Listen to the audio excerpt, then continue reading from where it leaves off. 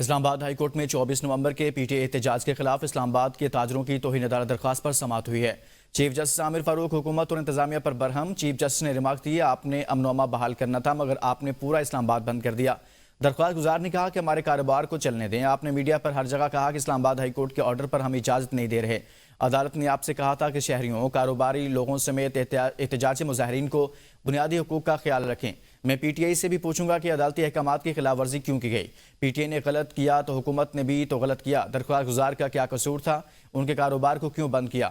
Chief justice اسلام آباد high court کے chief justice عامر فاروق کی وزارت داخلہ کو تفصیلی رپورٹ جمع کرانے کی ہدایت کر دی۔ عدالت کا اسٹیٹ کونسل پر برہمی کا اظہار کرتے ہوئے کہنا تھا کہ کیا آپ پہلی بار عدالت کے سامنے پیش ہوئے ہیں؟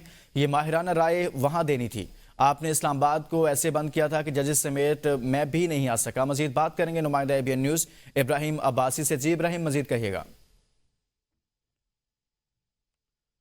عدالت کی جو درخواست دائر کی گئی تھی جس میں کہا گیا تھا کہ پاکستان تحریک انصاف نے منع کرنے کے باوجود جو ہے وہ احتجاج کیا اور اسلام آباد انتظامیہ جو ہے وہ ان کو روکنے میں ناکام ہوئی اور ساتھ میں تاجر جو کاروبار تھا اس کو بھی بند کر دیا گیا۔ اس کے حوالے سے چیف جسٹس اسلام آباد ہائی کورٹ کی طرف سے یہ جو ہے وہ ریمارکس دیے گئے کہ مظاہرین کی طرف سے جو احتجاج کیا گیا اس کو روکا کیوں نہیں گیا، اور ساتھ میں کہا گیا کہ مجھے ایسا محسوس ہوا کہ میں اپنے آرڈر کا خود جو ہے وہ شکار ہو گیا۔ میں لاہور سے اسلام آباد ہائی کورٹ آنا چاہ رہا تھا لیکن نہیں آ سکا۔